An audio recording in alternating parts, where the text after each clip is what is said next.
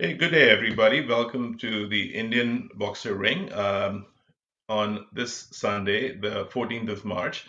Our guest today is the most sought out and a judge with almost half a century of judging experience, a boxer breeder, a judge who is also involved in the administrative capacity as well as the president of the judges committee of the CBKC, which is the Brazilian Kennel Club.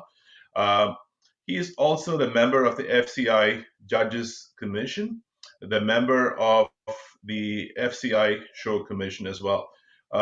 Ricardo has traveled widely across all continents. He's judged specialties almost, if there is boxers, he has judged specialties there. And moreover, Ricardo's passport is going to have is a highly decorated passport because, he's actually traveled, I would say, between 120 and 150 times in this time as a judge. So it's with great pleasure and privilege that I'm inviting Ricardo today into the Indian Boxer Ring.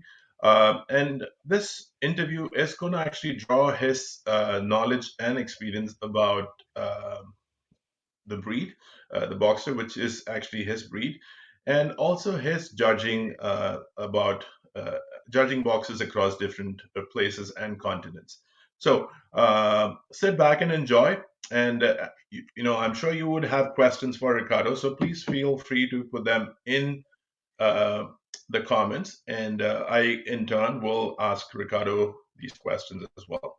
So, Ricardo, welcome to Indian Boxer Ring. How are you doing this morning? Well, thank you very much for your kind invitation. It is a pleasure to participate of such a nice community, boxer lovers community. It is highly enjoyable to talk about the breed. As a friend of mine once said, talking boxers is not a breed, only a breed is a state of mind. So I hope you enjoy as well as I probably will. Right, wonderful. Thank you, Ricardo. Ricardo, I know it's an interesting how I got to this interview. I was watching this interview that you had given a few weeks back. This was with Meeting the Judge. And I was actually going through this. I watched those interviews and I was watching that interview. And the amount of the type of comments that you actually gave me was, I was like, when I saw the interview, I said the first thing I've got to do is reach out to Ricardo and see if I can actually have the privilege of inviting you, and thank you for agreeing for that interview. Thank you. I know that you covered your journey quite extensively, so I'm going to try and not ask you the same question. So for those viewers that are tuned in, this is the plug. Please go ahead and watch that interview that Ricardo had given 2 weeks back. It's available on Facebook.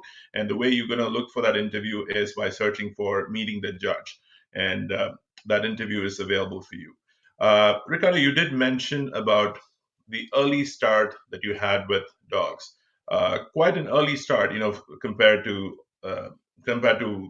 most of the folks that get into dogs.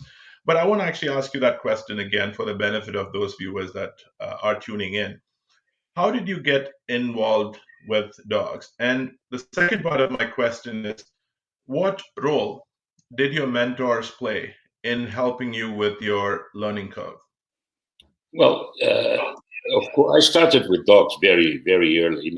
Not with dog shows or breed dogs, purebred dogs. I had dogs. I was a kid. We lived with my parents in a big house in Brazil, and there was always a dog around.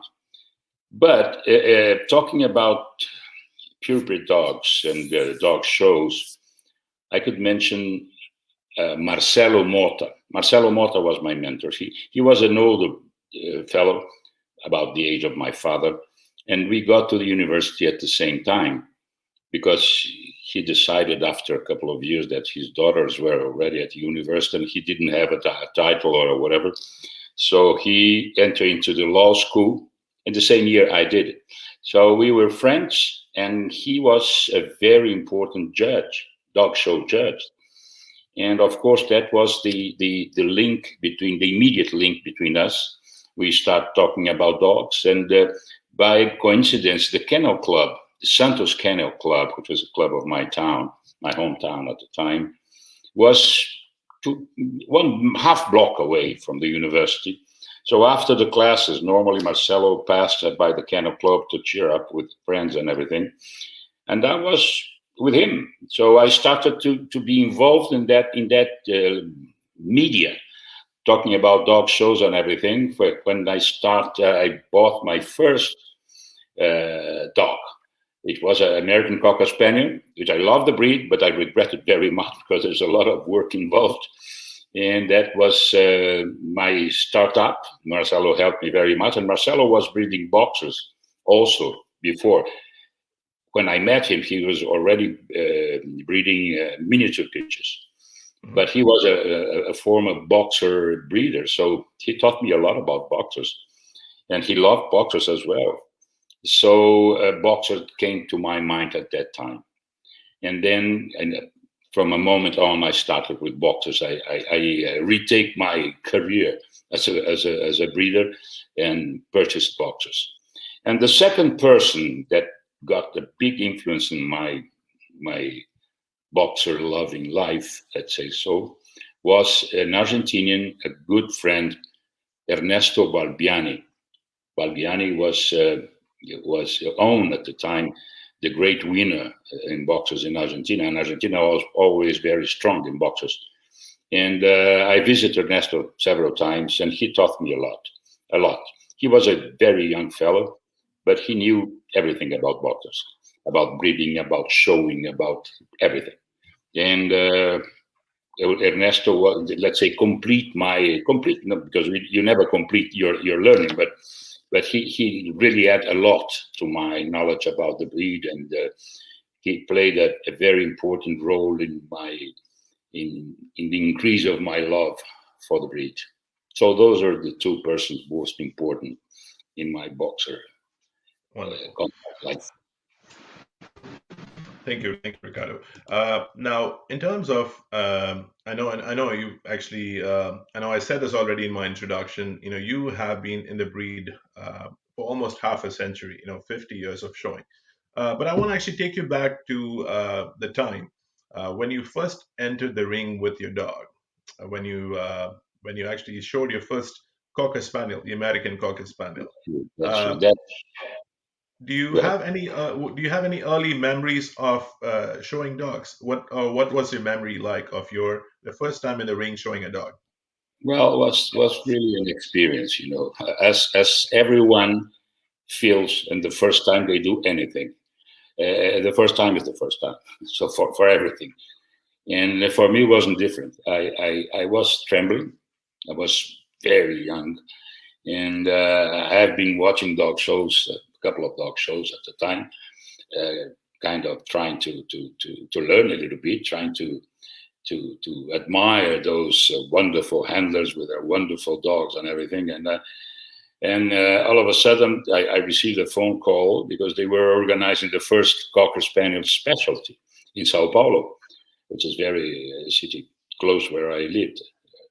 And they were kind of dragging dogs to the ring because there were only a few Cocker Spaniels in that area. So they need entries in order to make the show more attractive. So they call me. That's probably they call everyone that owns a Cocker Spaniel.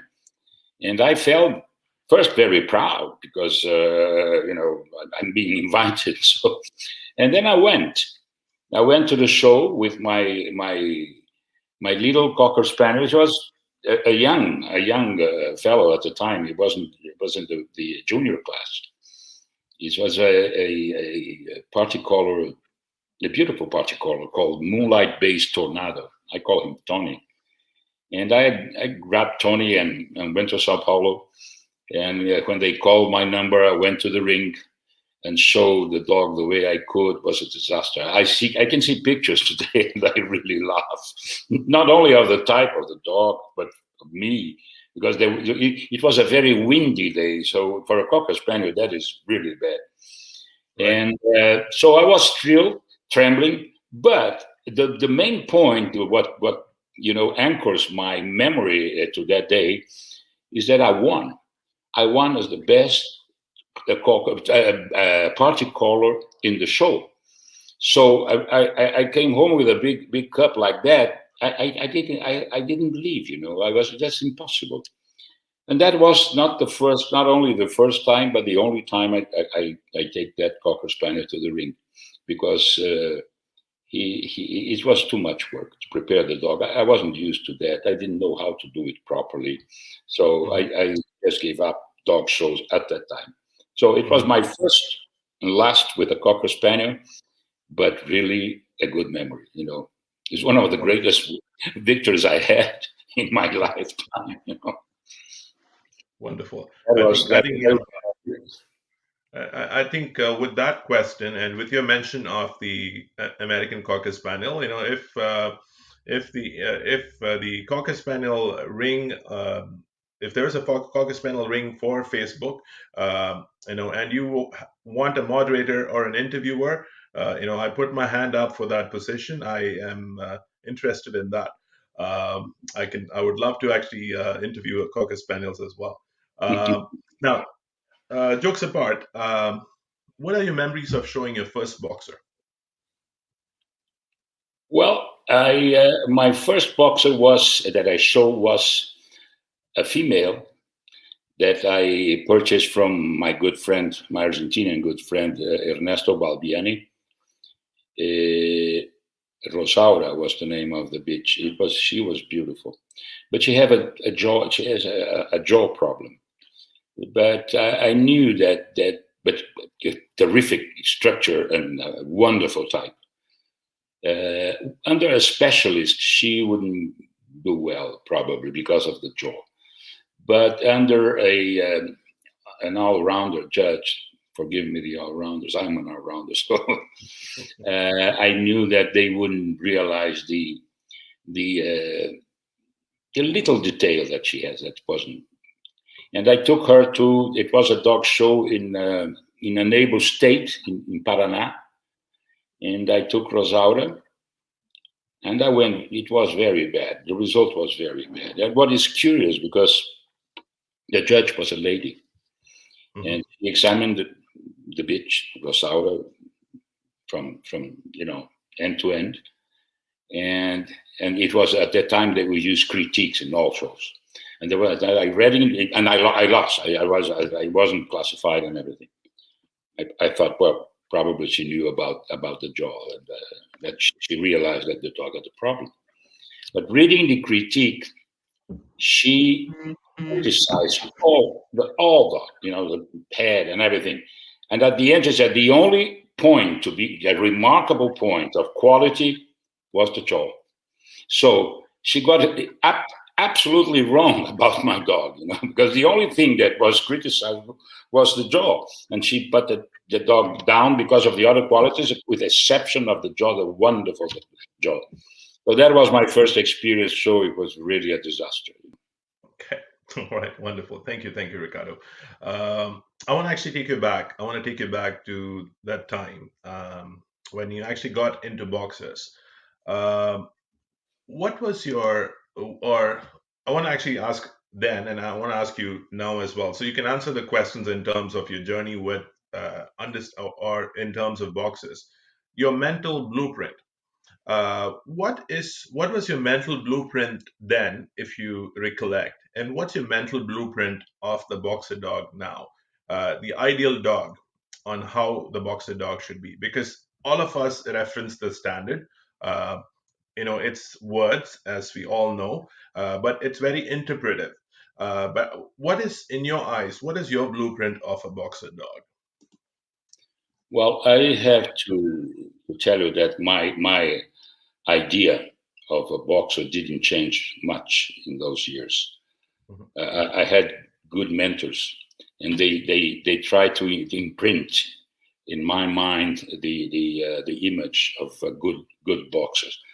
It's an image that I carry along the time, because it was really very well impressed over there. I learned that the standard is very descriptive, but there are some grounds for interpretation in the standard. As I said before, when you mention standard, mention strong, or mention light, or mention this and that, some words that can lead you to some kind of interpretation. So you can fly over those affirmations and find your own idea about that. So for me, first of all, a boxer is not a weightlifter.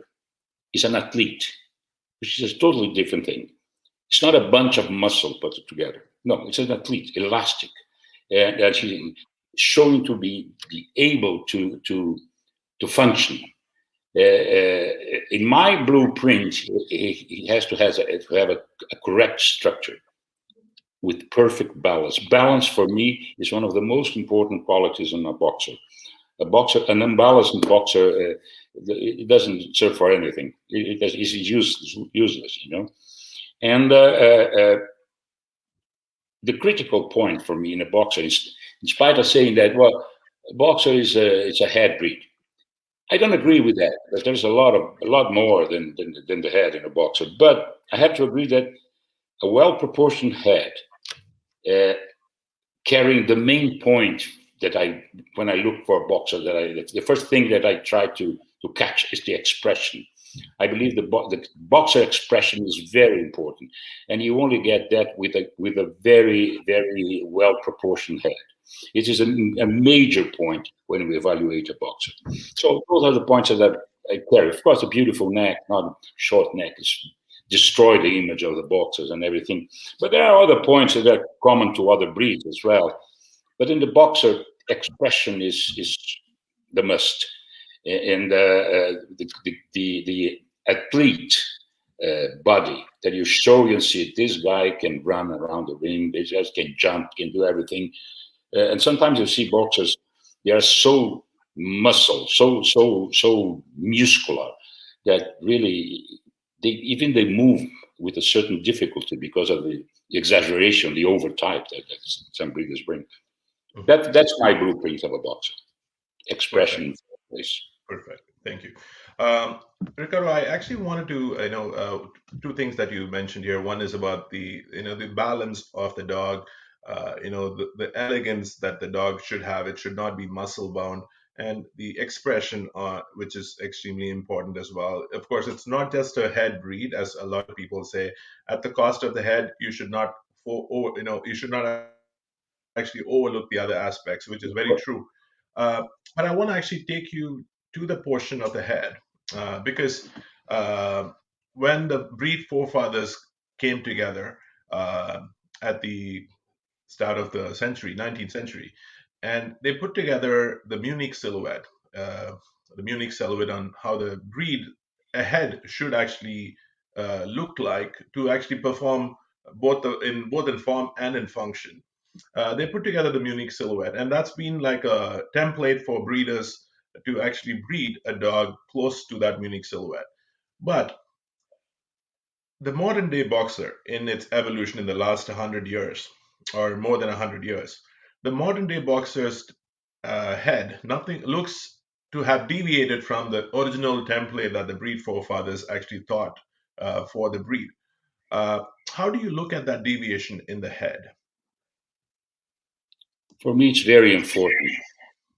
I believe it's important because the Munich Silhouette is still a wonderful guide for the breeders. If you look attentively to the Munich Silhouette, you will see perfection. That is perfection. There is nothing to add or to withdraw or anything. That is perfection. Of course, and then you come to breeders and to regions and to so-called types, European, American, English, or whatever. You can see in some areas, you notice that the length of the nose starts to grow a little bit. So the boxer, the silhouette goes more towards, that's a way of saying, towards a Great Dane, with the silhouette, the top of the nose growing a little bit, becoming a little bit too long. It shouldn't be like that. There's a proportion. And on the other hand, some breeders, they are bringing the nose towards the face, so shortening a little bit the length of the muzzle, more towards a bulldoggy type, which they're wrong. You know, if every breeder just follows the Munich Silhouette, we would have a perfect type of boxer head. I believe the Munich Silhouette is very good. Of course, those problems are or tendencies, that as you wish to call, is more longer in America, shorter in Europe. But again, you know, good breeders, they breed correctly. They pursue the correct balance of the head. But sometimes it's not easy. Of course, you know, I don't believe anyone breed in a wrong way on purpose.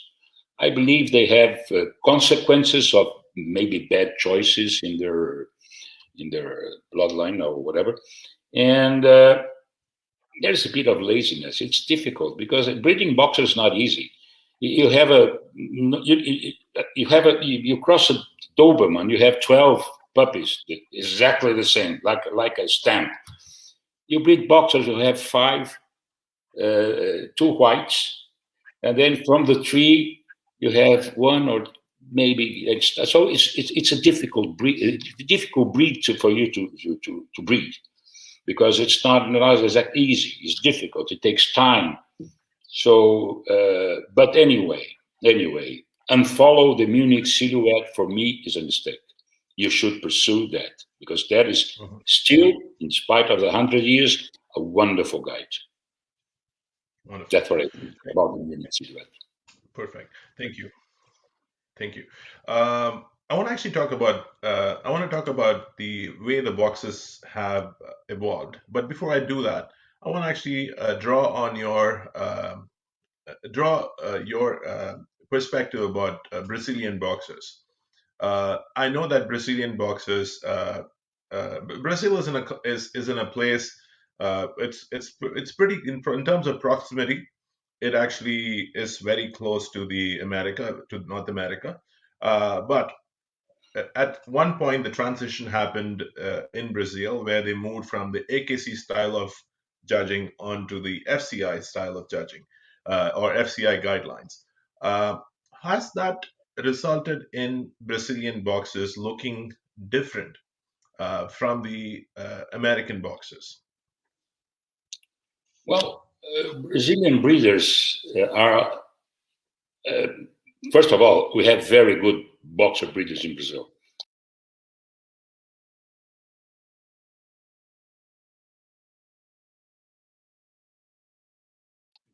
Very much going towards the American line, or what they call the American type.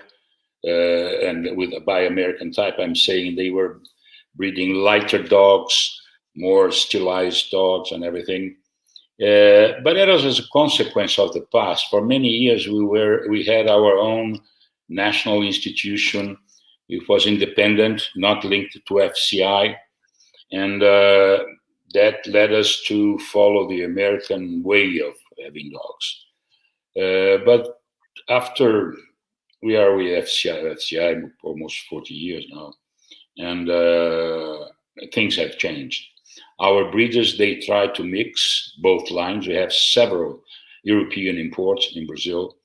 And what we have now is, I would say, that is a kind of boxers that could perform well in Europe and perform well in the States. They don't carry the problems of those so-called types. They are very individuals and very general in type, following the standard, not the type. You no longer see those lighter boxers in the ring, nor the heavy boxers in the ring as you used to see in the past. We at the beginning we had some imports, but I'm talking about 50 years ago, from Europe, and they were really horrible, you know. And the American type at the time, they were more flashy, more nice to show. They move better. They were in the ring, etc. That was one of the reasons that Brazilians start to go over the so-called. I say that, and I said so-called because I don't believe in very much in types, but the so-called American types. But not now. Not now. The Brazilian boxer now is good. And as an example of that, one of your last interview within the last one, she just received she's a European breeder in Sweden, and she's quite a good breeder and judge. And now she just received a Brazilian boxer. She's quite happy. The boxer is wonderful. She was showing pictures in her Facebook page, and you can see that it was a beautiful head, beautiful, but it's a very young dog. Mm-hmm. So that was a clever breeder you should do. You know, you go after good bloodlines, good type to help your own line of breeding without any prejudice for in regard of it's American or European or English or whatever. That's what I think. Mm-hmm. Got it. I want to actually get your perspective about the evolution. Again, my next question is going to be on evolution as well. Certain breeds from the place of origin have become totally different breeds. I can take an example of the Akitas. Akitas from the place of origin and the American, they have a separate breed in terms of Akitas, the American Akitas, which look different. In terms of boxers, I want to actually take an example of boxers from the place of evolution being Germany and Europe, and the North American boxers, even though they operate on the same standard, they look very different in terms of the style. They actually, if you put both the dogs together, if you look at the dogs separately in isolation, they would have a common person will have no doubt in saying that is a boxer. But if you put them side by side next to each other, these dogs looks different to a point that they actually, some people even say that they look like two different breeds. As a breeder, as somebody who started off with boxers and who considers boxers close to your heart in terms of your own breed, how do you look at this evolution in terms of deviation? Well, for me, extremes are wrong, either towards one side or to the other side. And what we can see, is some very extremist breeders. They follow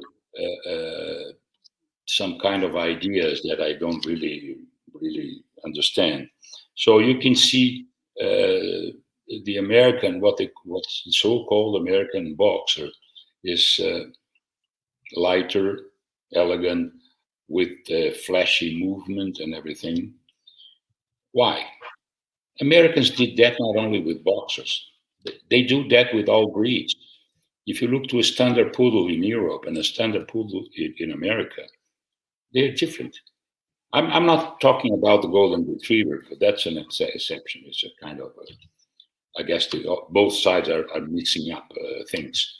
But in almost every breed, if you go to the States, Americans like flashy dogs in the ring. They like dogs that fly over the ring. They don't care very much about quality of movement for the breed. It's quality of movement, period. So they love to see a basset hound flying over the ring with a head up, which is totally wrong for the breed. So what some breeders do with boxers is about the same. And why they do that? Because the judges like that. The American judges like that. That's why. On the other hand, in Europe, some breeders insist in breeding an old-time boxer type. Shorter neck, shorter noses. They hate the white in front and the neck and everything. Well, on the other side, the Americans love that. They look heavier than the other dogs, than the other boxers. I don't like either the European, what they call the German type, or the American type. I like the middle. That's why I prefer from all of that. I prefer the English type. At least the English type is more a combination of both qualities. I judged in Australia a few years ago, and the national, and it was a wonderful surprise for me because it was my first time in Australia, so I didn't know what the level was and everything, and I was really impacted with the quality of the dogs I saw. Big dogs, well structured, good type, athletes, not weightlifters, and moving well. So that's what I like. It's a dog that can really show his qualities without any kind of exaggeration. What we can see sometimes in America and in Europe. Mm-hmm. True. I want to ask you this. I want to actually that my next few questions are actually going to draw your experience about judging on judging. Now you have a starting point. You have a blueprint. Now, how easy or difficult, Ricardo, is it for you to judge different styles that deviate from your mental blueprint? And I want to actually give it, I want to give it a little bit more perspective here. Uh, if you're actually judging, and there's only one standard, there's only one type, but there are different styles.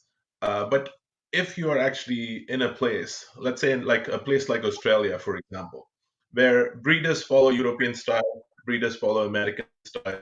There's quite a bit of deviation even within the exhibits that you have that are being presented to you. How easy or difficult is it for you to judge different styles when they deviate from your mental blueprint? Well, when I judge, not only the boxer, but when I judge dogs, particularly boxers, I judge fundamentally three components to build up the type. The first component that I check in the dog is the health. It has to be a healthy dog. An unhealthy dog it's useless for dog shows and for everything. So it's good for a vet. That's it. So the dog must be healthy. Not exactly in the importance order. I just mentioning the three components. The other component is the standard. The dog has to follow the standards. And why that? The standard was written by specialists, by people involved with the breed, by people that they knew what they were looking for and why every characteristic, every affirmation that they had in the standard has a reason. Okay, at least theoretically. And the third is the functionality. The dog has to be able to perform what the function he was built for. So if you get those three components, health, the standard, and functionality, the result is the correct type. A dog that complies with those 3 points is a dog with a good type. Of course, then you have two dogs. Oh, one is more stylized than the other a little bit, and said, okay, that happens. That happens even with humans. If you go to the Miss Universe contest, you can see an Oriental girl at the final with a blonde girl with a African American girl. And that's it. Different ideas, but all of them are complying with the requirements of the judge. For me, the dog has to comply with those, at least with those three components. When I get that, then I get the type. That this is a good type. It doesn't matter if he's blondish, he's Oriental. It doesn't matter. It's a good type of dog. Mm-hmm. So, and that's the way I start to cut my class. Mm-hmm. And normally I end up with the best. Sometimes I'm wrong. What happens? That's normal also. Sure. We cannot be right all the times. Right. But right. That's what I do with the different styles. Mm-hmm. Mm-hmm. I'm going to actually take a viewer's question here, Ricardo.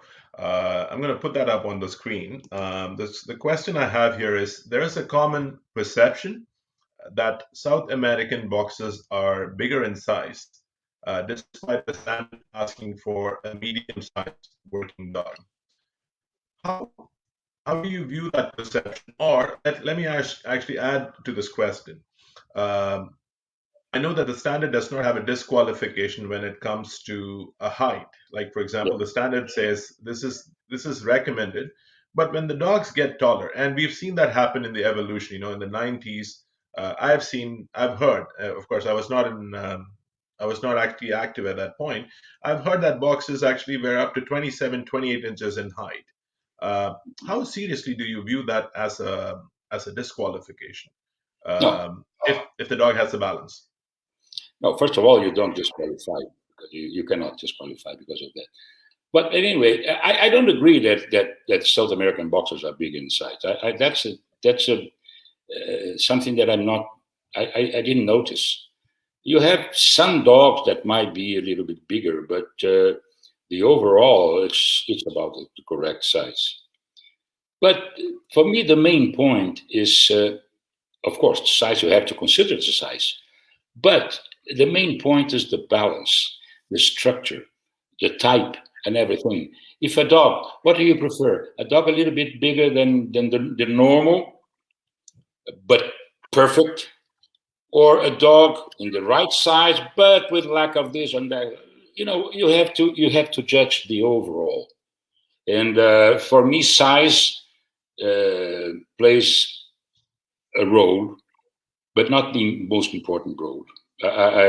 Of course, I'm talking about limited Mhm, oversight. I'm not talking mm, about a giant or a dwarf in the ring, but right. anyway, a little bit bigger, a little bit smaller, for me, doesn't count very much. But I don't see that thing, that point that South American boxers are bigger. I don't really see that. On the contrary, let me tell you, a few years ago, we were concerned about the other way. Our Mm, boxers were a little bit smaller than they should be. mm, Not only in height, but also the structure was kind of little poor. They look more like females than dogs. But right, that is totally changed now. right, right. I'm going to actually take another question based on this is a follow-up, a viewer question about based on three things that you mentioned. You mentioned about the health, type, and functionality, which is going to help you pick your winner. The question I have from the viewer is, how do you evaluate functionality between two dogs in the time that you have? Like, for example, if you take an AKC show, for example, uh, or I'm sorry, let me actually preface my question. So, if you take a show where you have 2.5 minutes to judge a dog, how much of a functionality can you actually look for in the dog in the time that you have? Well, I'm going to tell you a story. Sometimes a foreign person went to London and was watching the beautiful grass in the Hyde Park. And there was a gardener working there. And that gentleman asked the gardener, listen, what I have to do to have this kind of grass and landscaping in my garden, in my country? And the gardener was very simple. And it's very simple. It's easy. Treat the land, seed, water, and that's it. Then wait 150 years and you're going to have this. So it's a question of experience. Of course, when I start judging, the 2.5 minutes wasn't enough even for me to examine ahead. I had to rush, and then I probably committed a lot of mistakes at the time because of lack of time to evaluate, because my experience was too little in order. But today, after 50 years in the ring, even my fellow judges that have the same time or even more, you get your eye on a dog, you see the dog moving, and you realize you can evaluate his capacity to perform his function. That's for every breed. Hmm, That's not 100% affirmation, 100% evaluation. Judges sometimes are wrong. Your eye sometimes makes you go to the wrong path. But normally it works. And I evaluate in the case of the boxer, has to be able to jump, have to be able to run around, have to be resistant, that have to show his capability of moving well, have to have a good temperament in order to accept company, not be shy, ready to guard if necessary, and everything. Of course, your eyes goes around the dog, and you evaluate. You cannot sign underneath, but that's an eye evaluation based upon your experience. Right. So some dogs are easy to evaluate, others are more difficult. Some dogs you just go around and you see from far away, say, listen, this is my dog. That happens when sometimes a class enters the ring. I like when they go all together around the ring before placement. And at the moment they enter, at that circle, I can already split the group in 2 or 3 small groups. This is the front group. That one probably won't get it. Without even touching the dog, without examining the dog, that's my eye and my experience. They show me that. But then you go to each dog and you can evaluate better. But the answer for the question is with experience. Right. How can I evaluate a dog in 2.5 minutes? Evaluate performance and functionality with experience. Right. There's no other. Absolutely. Thank you so much, Ricardo. I think that actually you gave enough and more context to that. Thank you so much for that. And I think the point of these questions is to understand, perspectives from a judge. And I think those viewers that are tuning in and watching this interview are benefiting a lot, as I am listening to you. It's definitely a very learning session, and I have a few more questions to add to that. Now, one thing that I remember a lot of things that you said in your previous interview, the meeting the judge. You mentioned that you would actually categorize yourself as a judge who judges based on type and not based on structure. That's true. Could you actually elaborate on that, please? Yeah. It's a hard thing to define what is type in a dog. What is the type? Type is not just some nice style. I believe that when you talk about structure versus type, I believe judging structure is easier because the structure is more or less common to every breed, more or less. So you have the top line, the hocks, the elbows, and everything. So it's the bones. Structure is something that any medium judge can go right. But when you get to type, that's the hardest thing. Why? Because you have to go on over those 3 components I mentioned right now. You have to go to what is type. Type is a composition of health, complying with the standard, and ability to perform functionality. If you have those 3 points, you have a good type. So, but to realize that, according to the last question about how can I evaluate functionality in 2.5 minutes, you have to be deeply involved with the breeds. Otherwise, you won't be able to define type. You will be able to be a very good judge of structure if you study structure, anatomy, and everything. But you won't be able to be a good judge of type without being deeply involved in the breed. And what I mean about deeply involved: reading, talking, asking, visiting shows, talking to mentors. And the main point is you have to be humbled. You have to be humbled and to realize that there's a lot to learn. then you start, diving into the details of the breed. The standard is about 1 or 2 pages, and you have books about the same breed that are 100, 200 pages. So are we so stupid to realize that the guy that wrote those 200 pages were writing just, fully things? No, there's a lot of information besides the standard. So when you go deeply into this, you get involved in a very deep way.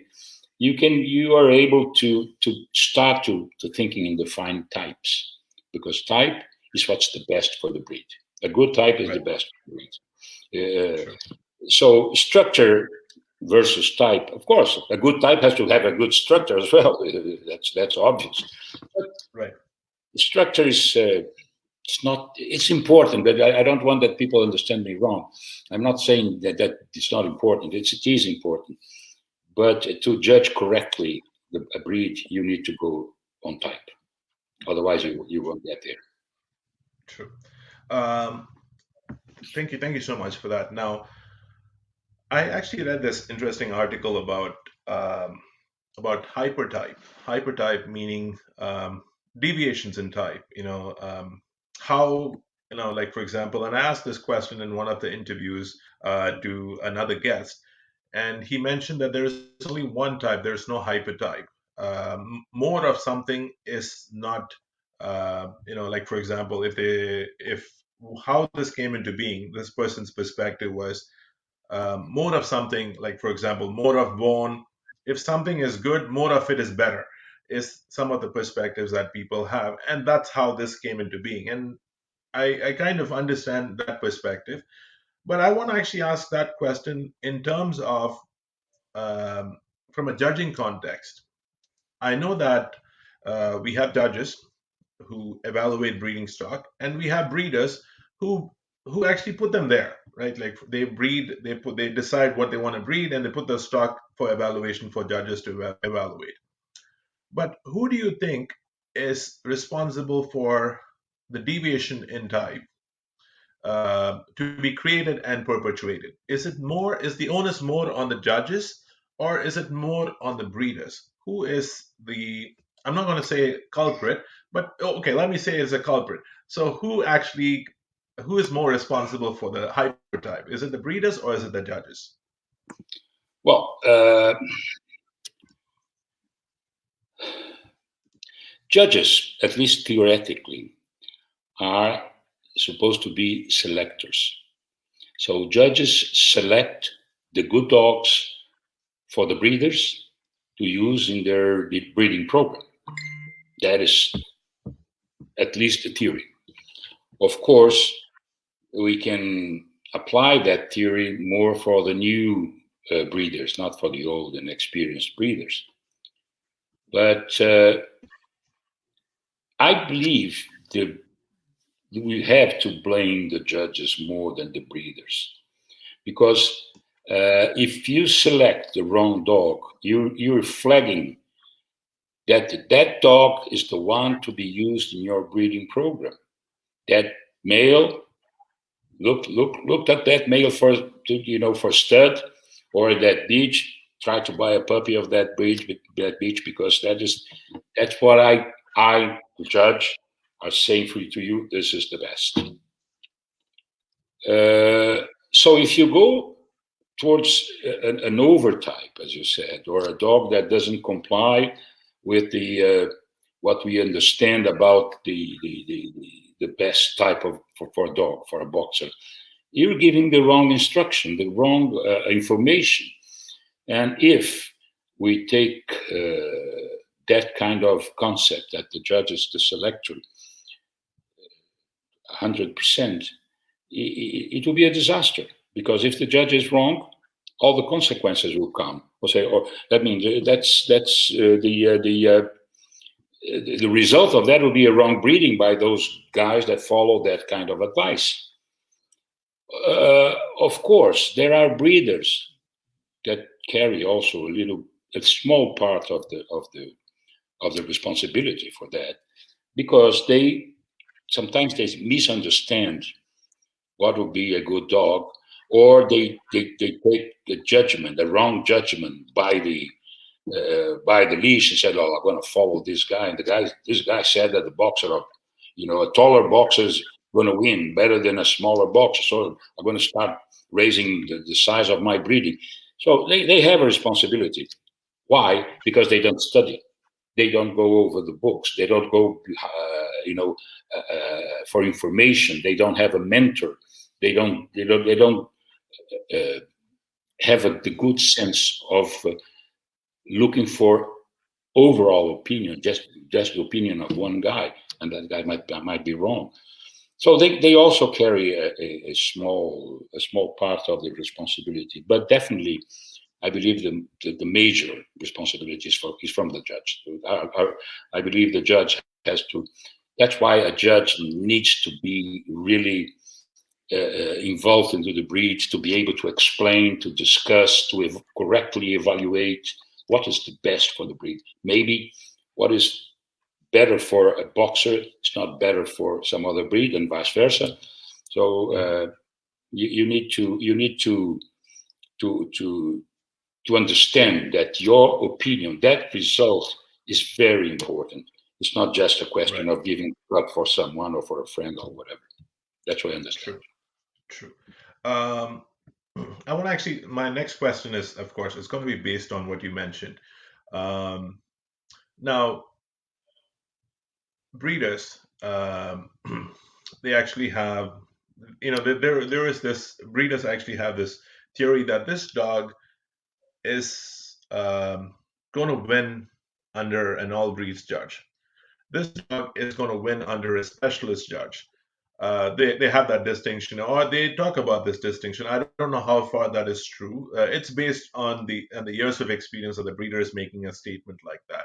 But my question is not that. My question is this: from a breed stock evaluation perspective, which is why dogs are shown, how important do you feel is the value of a non-specialist judge? I'm not going to say an all breeds judge. I'm going to say a non-specialist judge who has not kept or bred that dog, giving the nod on which is the best breeding stock, or which is the dog to use in selecting the winner. Well, what people say about, as you start the question about the all-rounders, is they were trying to say what is the best. Is a judge that don't know my breed, or a specialist in my breed? Of course, the specialist will probably be right always. Some exceptions as everything. But normally the specialist will do a correct judgment. An all-rounder or a non-specialist judge, you have to assume that he doesn't and knows the breed as deeply as a specialist, which sometimes is wrong, because sometimes they, even not being a specialist judge, they know very well the breed because they, for several reasons. I would say that the comments might be right, because of course you're going to have a fair, more correct judgment with a specialist than with a generalist, let's say so.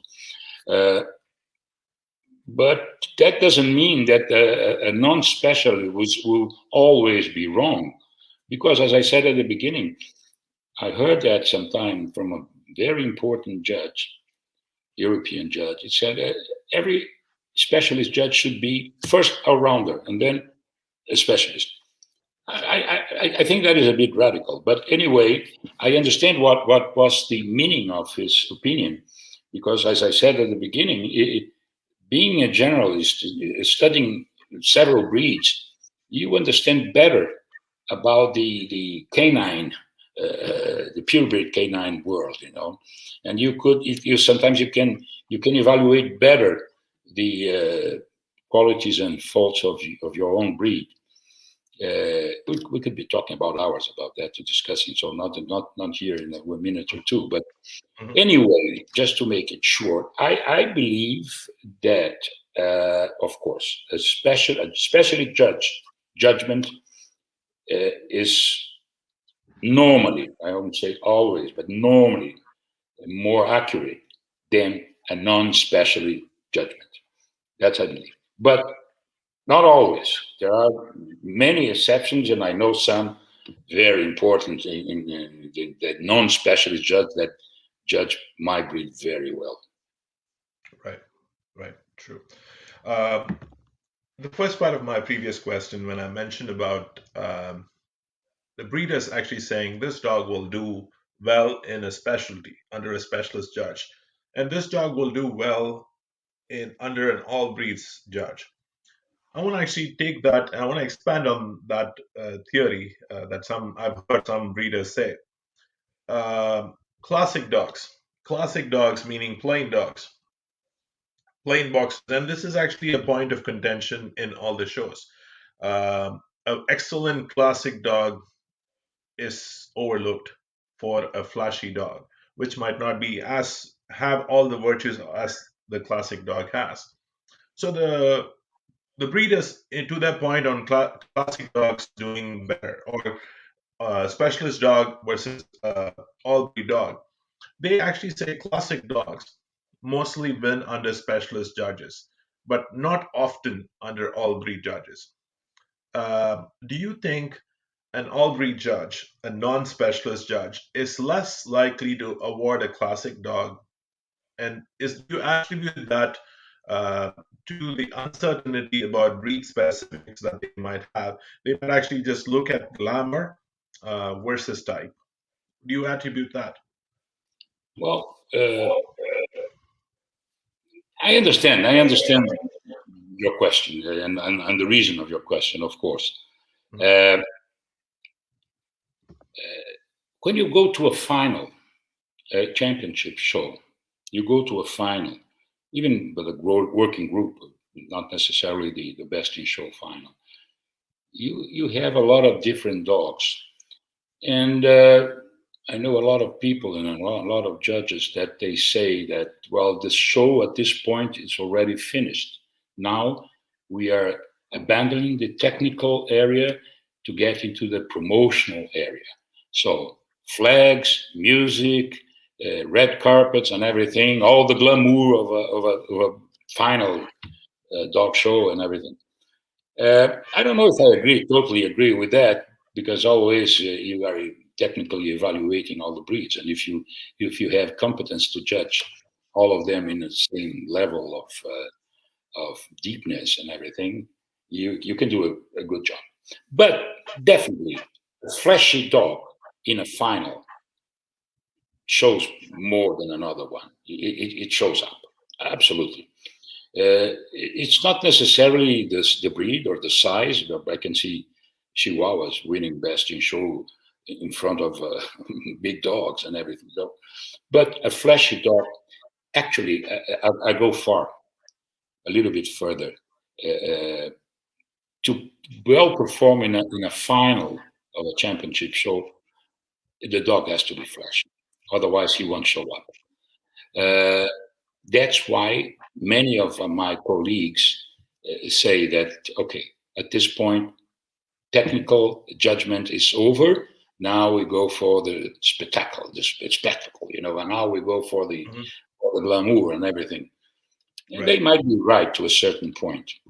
But anyway, unfortunately, I believe it is very important that the dog to win in a final has to be flashy. It shouldn't be like that. A good dog should go all the way to the finals if it is better than the others. Right. But if it doesn't have the show attitude, that thing that you notice. Sometimes you enter the ring and a dog passes, look at you, said, now you have a problem. You have to find the second because the first is here. And you feel that, I felt that many times in the ring, many times. And sometimes that causes you a lot of disappointment, because if it is a dog that you didn't judge before, as in a final, you don't go forward all dogs, some other colleagues. And you get to that dog that blinked to you and said, okay, it's me. And you go over, and then you get disappointed because it's not all you imagine, he's only flashing at the final, and that's why he got to that point at the show. Right. Not because of qualities. Qualities are sometimes so. That happens. That happens. Right. Right. Yeah. Ricardo, you actually mentioned in again, this is again, what you mentioned in the other interview. You mentioned that when a dog steps into the ring, this is what your mentor told you. Your mentor actually said when a dog steps into the ring, the first step that it makes into the ring, you know that you have a winner there. You know that that dog is going to actually be a dog you're going to give a second look to. But in your many years of judging and many best in shows that you have judged, what do you say are some of the unique qualities that make a dog a best in show dog? Is it somewhere something in between the dog that you actually see that dog is the differentiator? This dog is a best in show winner. How do you make that pick? How easy or difficult is it for you to make that pick? Well, of course, at the best in show level, it's not easy. If you are trying to be responsible and fair, you need to abandon any prejudice you might bring to the ring. But there are dogs. There are special dogs. There are special dogs. It's not just for the chance that they won many shows in a row, because they have their own moments of sometimes, and they are very special. You were mentioning my mentors. They tried to teach me something, and there was also one thing that Marcelo Mota told me, and is still valid for me nowadays, because he said, when you get to the dogs are entering in the ring, you look to the group in a class or a final or whatever. Mentally, you have to be able to, or almost to place those dogs.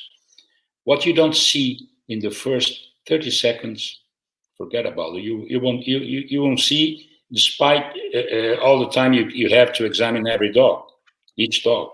So, of course, then you go over the dog. You're looking to a group, and the group say, "Oh, this one is the best. That one, oh no, that's go to the back." This and that. But when you get each dog in front of you and you make individual examination, movement, and everything, sometimes you get surprised, either as a disappointment for that dog that you placed mentally in first place when they enter into the ring. And sometimes you have good surprises, a dog that you didn't give much when they enter, which is a dog that is really growing in front of you. So it's difficult for a judge that say, okay, I know that the dogs that I have my placement over there, I go to the ring, applause is everything, thank you very much, and then I go to look to the dogs and say, okay, I already know who's going to win. I wouldn't dare to do that, because I think it's very difficult. You have to examine your dog, even in a best in show placement. You have to examine very deeply every dog, because all of them are good, otherwise they wouldn't be there. So it's a responsibility. Right. In terms of the art of presentation, I know handlers play an important part, and and again, I totally endorse the view that it's the owner handlers that pay for the show, for the entries, not the handlers. But handlers make a difference. Handlers make a difference in terms of presentation of the dog. Some of the things that I've heard people say, and stringing up a dog, or or moving a dog at a particular pace, or setting up the dog. Is that a variable that actually plays a very important role in deciding the outcome? Unfortunately, it is true. Unfortunately. Why? First of all, a good judge has to be able to find out the qualities of every dog. I have to be able, even if the dog is kind of, I have that old lady dragging his little dog, which is sleeping behind her in the ring. But if I'm a good judge, if I desire to be a good judge, I wish to do it correctly, I should be able to find the qualities and eventual faults of that dog. Of course, with a handler, that doesn't happen. The dog is placed in a nice position with the handler trying to get you wrong. Of course, that's their job, to hide their faults and to bring up the qualities and everything. But a good judge doesn't get impressed with that. I think it's very funny when you find handlers with flashy garments and clothes in different colors and feathers and everything. And say, oh my gosh, what is this?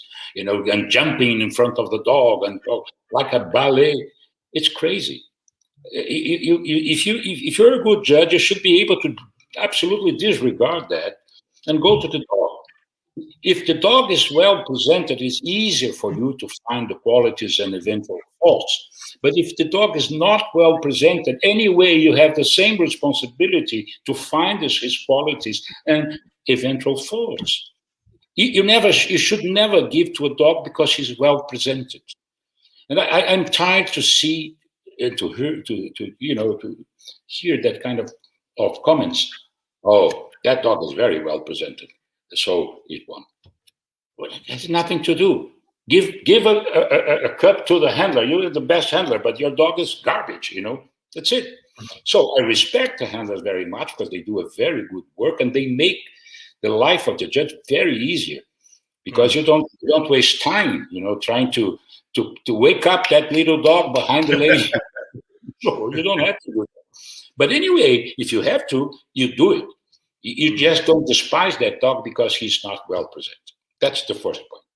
I believe that is very, very much important, and good judges won't fall for that kind of, I wouldn't say scam because it's not a scam. Scam is a bad word, but that kind of magic that some handlers want to do. And on the other hand, unfortunately, again, we have inexperienced judges and young judges. And also, people say that they exist. I don't believe that they exist. The dishonest judges. I prefer them to believe that they don't exist. But anyway, sometimes they don't know what to do. Sometimes they get to a point in the placement, in the final or whatever. They look and they don't really want to. They don't really know what to do. So they have to do something because people are waiting for that.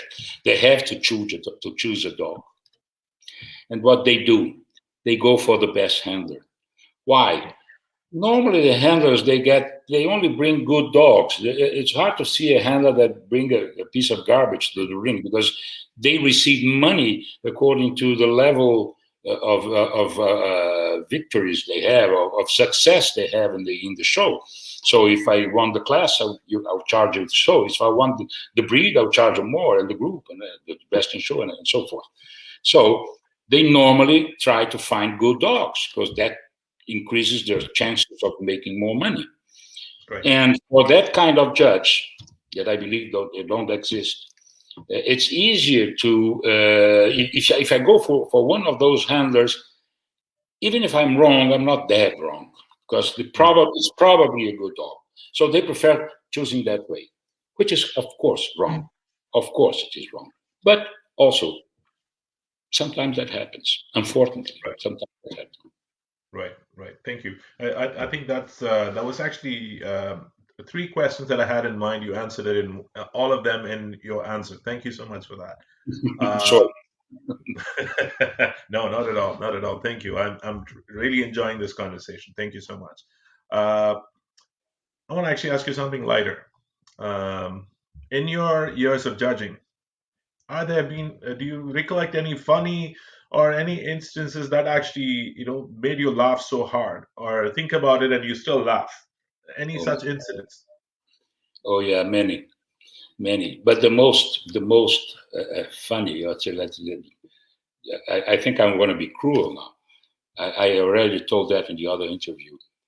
I was judging in Brazil, and there was an English lady, an old lady, that bred fox terrier wires, and she was showing a dog, knee on the ground, trying to hold the dog. And when she bent to adjust the dog or whatever, she was wearing a wig, and the wig fell down in front of the dog. Of course, the fox terrier got crazy, grabbed the wig and started running. And the lady, in spite of being a very elegant lady, started screaming bad words towards the dog and running around the ring. It was really a moment, you know. And I never forgot that many years ago. The lady already passed away.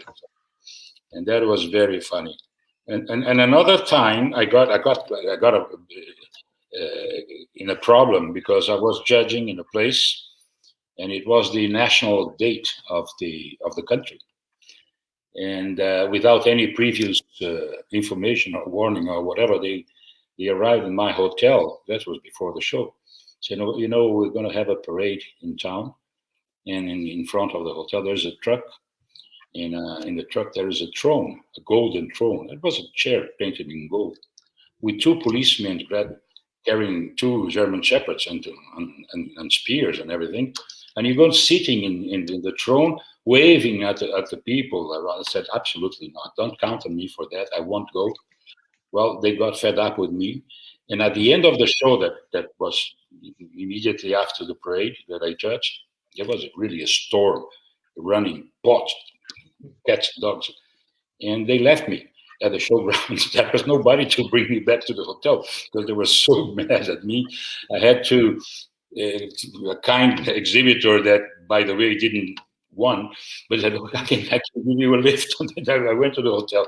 So there was some, but there were others, you know. We could be around a good glass of wine, we could be talking for hours about that. Right. I've got another one for you. I've got a time travel question. I always, I actually found this question to actually be the most fascinating one for the viewers and also for the guest as well. I hope you like time travel, but I'm going to ask you either ways, whether you like time travel or not. But Ricardo, if you had a chance to go back in time and bring back a boxer with you, which boxer would it be and why? Well, I have three boxers in mind. In far, far away in time, I would bring with me a boxer that was in Brazil, imported from the States. It was Sawgray's stuffed shirt. A call name was Willie, imported by my good friend Jaime Martinelli. Willie went to 10 shows, 10 big shows in the country, and he won 10 best in shows. It was really a box. That was a division in the Brazilian boxer.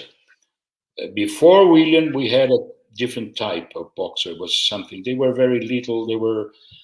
When William arrived, it was like we were looking for something different, not a boxer. It was, what is this? William was a big dog, beautiful, wonderful front, back quarters, muscles, the tight muscles and everything. A beautiful face, like a doll. He was really beautiful. That was far back in time. It was not my boxer. Later on, a couple of years later, again, my good friend in Argentina, there was a boxer. He had a boxer, Balbiani, Ernesto Balbiani had a boxer, very important boxer, a big winner, won several best in shows. It was called Three Cedars Stampede. So those were the two main American bloodlines at the time, the Sawgrays and the Three Cedars. And Stampede was a wonderful dog, a white collar, dark brindle, huge chest, perfect and flashy all the time. The back quarter is so. But anyway, the boxer was very. I would bring it with me, not for show, just to stay to watch TV with me on my side. And more recently, I don't remember the name. It was a long name, but it was a female that won the Australian national.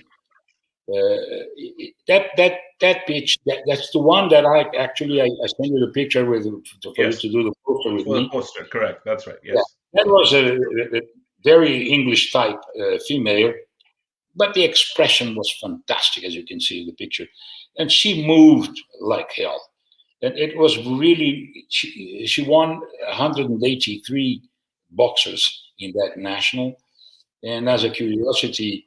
I judged on Sunday and in the eve and Saturday. They took me around the country because they didn't want me to know the results, no contact at all with the results of a pre-national that they did, which was judged by Linda Naslund. That was when I met Linda, actually. Mm-hmm. And the same female won the pre-national. That bitch was terrific. I would bring her. With those three boxers, I will be happy, at all. Okay. All right. Okay. I wish I could give you more, but I could give you 5 or 6. I'm sure, but I think 3 is good. 3 boxes are good to have around you to watch television, so that would be excellent. That's it. Rest their heads on my feet, just watching TV, good wine. That would be my dream. Wonderful. Now, having judged, I have a last 2 questions for you, Ricardo. Thank you. You've been really patient, and my questions have been very, you answered my questions in a very interesting fashion. So thank you for that. Having judged all those dogs over the years, I know, this is this is not, there's not, you don't see a lot of people who've actually judged the volume of, or who's actually had the volume of work as a judge as you have. Do you have any favorites? Any dog, any best in show winners, or any dogs that you've judged that you would like, that you recollect? Oh yeah. There are many dogs that really impressed me very much.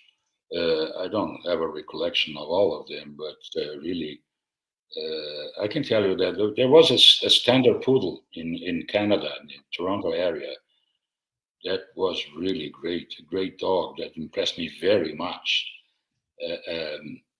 In Colombia, recently I judged a Saluki, a marvelous Saluki, something that I never saw anywhere in the world. It was very beautiful. It was my best in show there.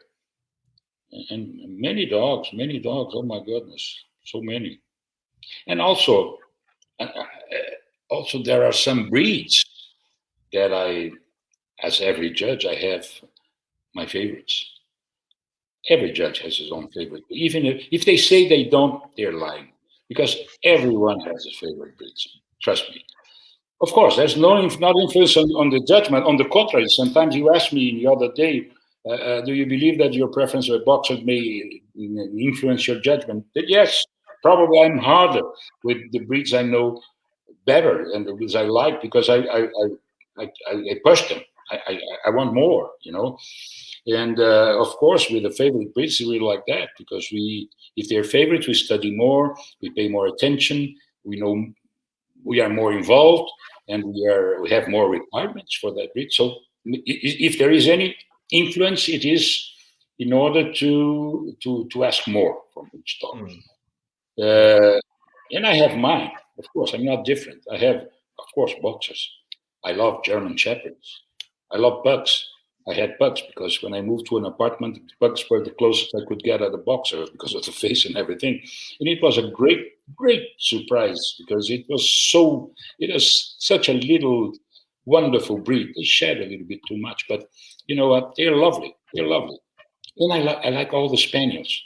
The Spaniels give me a great pleasure in judging Spaniels. But again, that doesn't influence. Maybe if you look to my Facebook, I have not all, but many pictures of me judging and everything. And I have, of course, I have one dogs and I have boxers and I. The boxers are second. And you see that just a few German Shepherds. I don't remember any pug winning a best in show. Some one or two Spaniels and boxers as boxer more. That's it. They don't influence. You require more from the breed, because you know better, right. So you see more faults and everything. That's it. True, true. Um, Ricardo, you are a wonderful ambassador for the breed. You have, your journey has actually, from a dog owner to a handler to a judge. You've contributed in different capacities, and the dog world is actually thankful to you for being that. Now you're also passing on the torch. You're also in your capacity.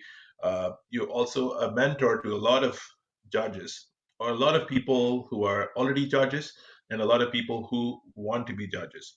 Uh, Now, being a popular and a sought out judge as you are, having traveled across the world, what is your piece of advice for a novice judge or as aspirant judge to be successful and become sought out as you are?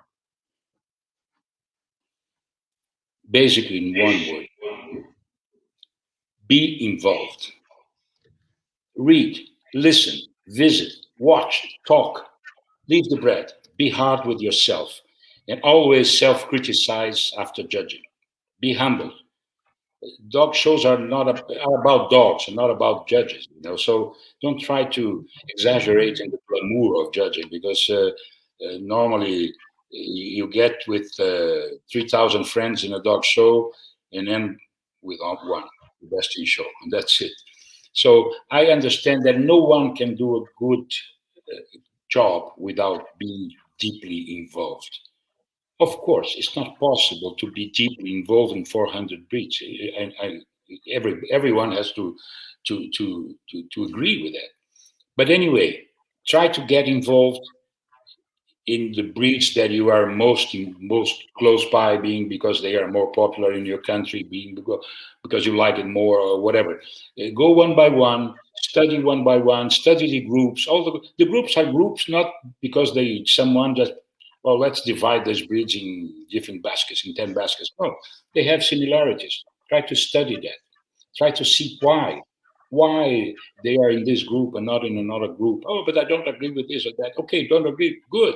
Why you don't agree? Try to see and to respect the opinion of people that did that way, and then you can agree or not agree. Not because you look. For me, a Pomeranian shouldn't be in the group that they are now. Should be in the toy group or whatever. Try to understand first. Study, get involved, understand, and then criticize. Unfortunately, people that normally do the other way around. The other way around. So my advice would be involvement. There's no other way to get to the point. Involvement, study, do everything. That's the only way. Otherwise, you're going to be just another one, and Right. that's not what you want. Thank you so much, Ricardo. Thank you so much for that. And that actually completes all my questions today. And again, like I had said in the beginning, um, you know, you it's like these interviews happen on a Sunday, and what could be better on a Sunday than actually having a cup of tea. Or a cup of your favorite drink and a book to read.